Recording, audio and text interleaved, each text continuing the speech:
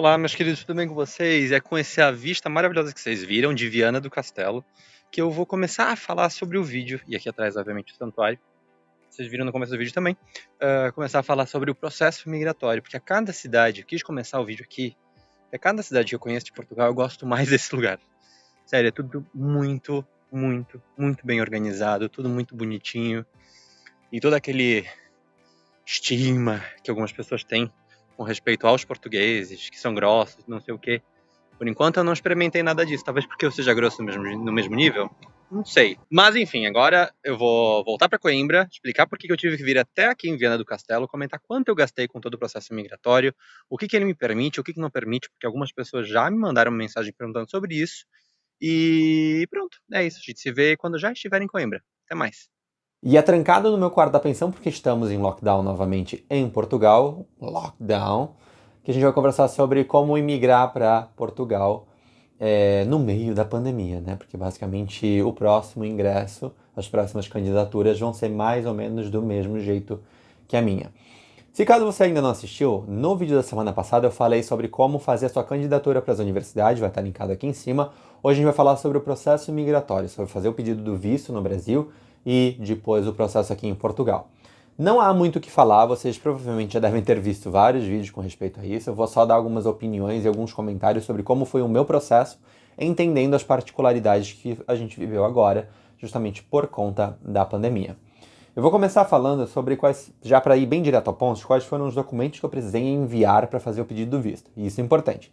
Você primeiro vai fazer o pedido do visto no Brasil, e quando chegar em Portugal, a própria imigração no Brasil, a própria empresa que faz os vistos no Brasil, ela já vai te entregar o agendamento para você comparecer na imigração aqui em Portugal. Primeiramente, você vai ter que descobrir onde é que você vai fazer o seu visto no Brasil, porque, obviamente, tudo depende dos consulados. Dependendo da região do Brasil, você vai fazer diretamente com o consulado, mas num grande geral você vai fazer com uma empresa que é terceirizada dos serviços consulares, que no meu caso, por exemplo, de Santa Catarina, foi no estado de São Paulo. E aí para lá você envia pelo correio e aí você vai se preocupar bastante, se caso você for como eu, que você vai estar enviando vários documentos originais e que custam muito caro por correio. Você vai ter que enviar o seu passaporte, que tem que ter pelo menos 6 meses de validade ainda, certo? Os antecedentes criminais do Brasil, a carta de aceite da faculdade, que é o documento que você foi selecionado nas candidaturas da universidade ou politécnico que você vai estudar. O PB4, que na verdade ele mudou de nome, agora se chama PTBR-13, se eu não me engano, que é um certificado que você tira diretamente pela internet, no site do governo brasileiro, que ele é um certificado que comprova de que você é cidadão brasileiro e que você pode utilizar o acordo que existe entre Brasil e Portugal para utilizar o sistema de saúde português, certo? Ele é um seguro de viagem, resumidamente. E ele tem validade de 1 ano, então a cada vez que você renovar a sua autorização de residência, você vai ter que apresentar um novo PB4 ou um novo PTBR-13, enfim. Você vai ter que assinar uma declaração autorizando a que a empresa consulte os seus antecedentes criminais em Portugal, o formulário de pedido do visto e os meios de subsistência. Resumidamente, são isso. Mas aí eu quero fazer um comentário sobre meios de subsistência. Os meios de subsistência são documentos que você tem que mostrar para o serviço consular, ainda no Brasil, de que você tem meios financeiros de viver em Portugal. De que você tem um dinheiro guardado, de que alguém da sua família vai te mandar dinheiro, ou enfim, tá? O que acontece? Não existe um documento específico. Geralmente as pessoas mandam vários. Por exemplo, eu, no meu caso, mandei extrato da minha conta bancária, mandei extrato da conta bancária de familiares meus, dos meus pais, que iam justamente, que aportam todos os meses com a minha estadia aqui em Portugal, mandei o meu comprovante do imposto de renda do ano anterior e justamente dessas mesmas pessoas que me deram seus extratos bancários. Eu mandei todos, não sei qual deles acabou sendo utilizado, porque justamente na listagem de documentos fala declaração de meios de subsistência, não existe um documento oficial. Se caso você tem uma grana guardada, grana para 1 mês, dinheiro para um ano, perdão, guardado, show, mas você tem que entender de que o dinheiro guardado, se você for utilizar só o seu dinheiro, tem que ser de pelo menos um salário mínimo português. A gente já vai entrar nesse ponto. Aí você faz o envio dessa documentação pelo correio, juntamente, obviamente, já com o depósito do valor referente ao visto, que no meu caso, porque o valor ele é cotado em euro, obviamente, então o valor que eu paguei foram R$ 859 e alguns centavos. Depois eu tive que fazer o pagamento de mais uma taxinha porque teve uma correção monetária, porque o euro subiu um pouco mais naquele momento. Lembrando, eu fiz o pedido do visto em agosto de 2020. Obviamente, se você estiver vendo esse vídeo agora, no começo de 2021, ou no final de 2021, ou só lá Deus sabe quando, tudo vai depender, obviamente, da cotação do euro no momento em que você for fazer o seu pedido. Mas foi esse o valor, beleza? Aí eles vão receber toda a sua documentação. O meu pedido foi bastante rápido. Eu fiz o envio em 21 dias corridos. Chegou a carta de volta já com o meu passaporte. Aí vem o passaporte com um selo numa das páginas coladas, e aquele visto que você fez o pedido não é o do ano inteiro. Você tem, com aquele visto que vem no seu passaporte, você tem autorização para entrar em Portugal e ficar por 4 meses em Portugal. Lembrando, no atual momento, durante todo o processo da pandemia, brasileiros que não têm autorização de residência em Portugal, ou visto, ou qualquer documento que declare o motivo pelo qual ele está entrando em Portugal, não pode entrar em Portugal. Os voos não, ou seja, você não consegue nem sequer pegar o avião lá no Brasil, ok? Chegando em Portugal, como eu falei, junto com o passaporte vem uma folha, né, com o seu agendamento para você comparecer à imigração em Portugal. E justamente isso é importante. Por quê? Porque como quando você faz o pedido do visto, é pouco provável de que você já tenha algum contrato de locação em algum lugar aqui em Portugal, e como você não declarou nenhum domicílio em Portugal, você sim pode ter colocado lá no formulário que você ia ficar no endereço X na cidade Y. Mas você não tem o documento em si, que é uma declaração de residência.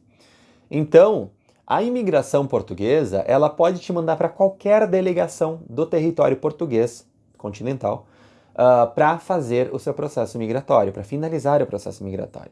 Então você vai chegar em Portugal, vai estar aqui bonitinho, vai ter aqueles 4 meses do visto que vai estar no seu passaporte, e nesse período você vai ser chamado, porque né, você já vai ter a data junto também de quando você tem que comparecer.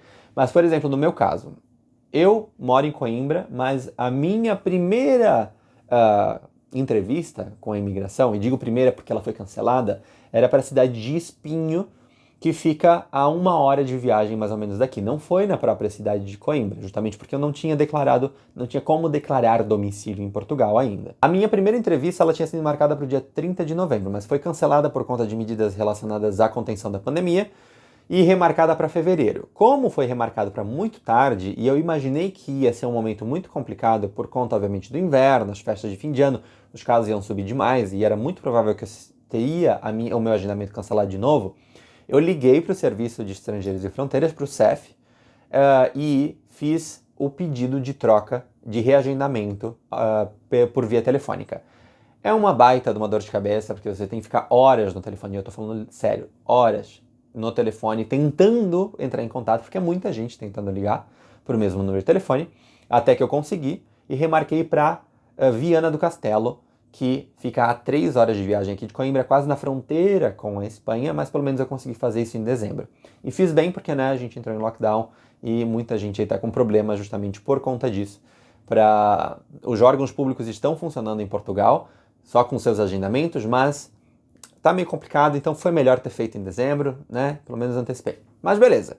Passada essa anedota sobre como fazer o processo migratório, quando você vai na imigração, você tem que apresentar alguns documentos novamente, certo? Ou seja, você no Brasil apresentou vários documentos para fazer o pedido do visto, fez o pagamento da taxa, quando chega aqui em Portugal, você faz o pagamento de mais uma taxa, que é para a emissão do documento, que eu já vou mostrar para vocês, e você tem que apresentar o NIF, que seria como CPF, né? Mas só com o passaporte você consegue fazer ele já no dia que você chega aqui em Portugal, mas todos esses documentos, tipo NIF, a conversão da carteira de motorista para Portugal, tudo isso eu vou falar em outro vídeo. Além do NIF, você tem que apresentar também que você está em dia com o pagamento da faculdade, certo? O certificado de pagamentos, né? E de que você é aluno da faculdade.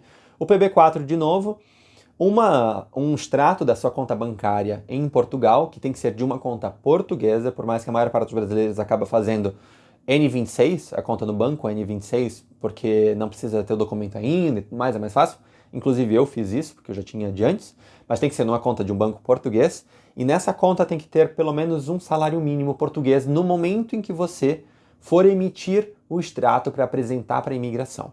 E esse extrato ele tem que ser de no máximo 48 horas antes do seu agendamento. Ou seja, no meu caso foi no dia 17 de dezembro, o extrato eu tirei ele no dia 16, certo? Ou seja, 2 dias no máximo antes você tem que tirar o extrato, então o dinheiro tem que estar na conta lá, ok?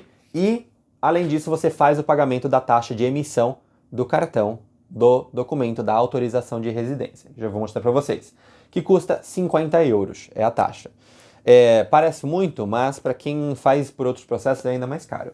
Mas enfim, esse documento aqui, certo? Não vou botar muito perto, porque enfim, né? Todos os meus dados pessoais, mas é um cartão que tem aqui em cima, do lado de cá, o seu número do título de residência. E ele é válido por 1 ano, no caso dos estudantes. Todos os anos você tem que renovar ele e levar todos esses mesmos documentos de novo lá. O NIF muito provavelmente não, porque né, no caso você já apresentou, mas sim o PB4, o pagamento das faculdades e o saldo na conta bancária para você renovar. E é importante destacar de que quando você chega na sua 5ª renovação, você pode entrar com o pedido da cidadania portuguesa. Tá? Se caso você não saiba, é uma possibilidade. 5 anos morando em Portugal te dá direito a fazer o pedido da cidadania. Esse caso que eu expliquei é para o caso de quem vem por estudo. Existem aquelas pessoas que antes da pandemia vinham como turista e aqui faziam manifestação de interesse. Ou seja, a manifestação de interesse, resumidamente, é aquela pessoa que veio para Portugal por X motivo, decidiu ficar. Aí ela vai na imigração e faz o pagamento da taxa a mais e faz o pedido da autorização de residência. No caso da manifestação de interesse, além de tudo que você vai pagar, você obviamente não paga o visto no Brasil, porque você decidiu aqui em Portugal, digamos, ficar, mas sim você paga uma taxa extra, além dos 50 euros, que é a taxa da manifestação de interesse, que é na casa dos 170 euros, se eu não estou equivocado. Existem outras formas de você vir para Portugal, você pode fazer pedido de visto de trabalho, caso você tenha uma carta convite de alguma empresa, por exemplo, são situações à parte, mas a maior parte das pessoas vem com o visto de estudante. E algo muito importante que me perguntaram é se com a autorização de residência como estudante eu consigo trabalhar em Portugal.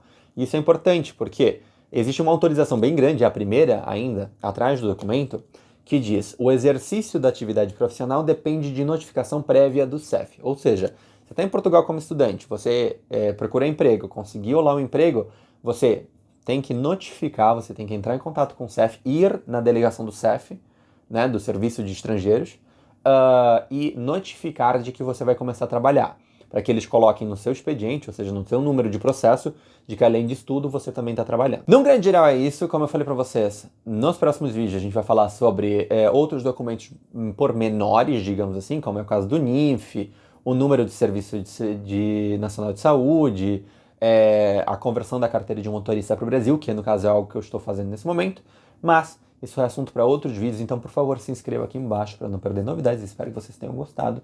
E comentem aí o que vocês acharam, o que vocês querem ver. A gente se vê nos próximos vídeos. Até mais. Tchau!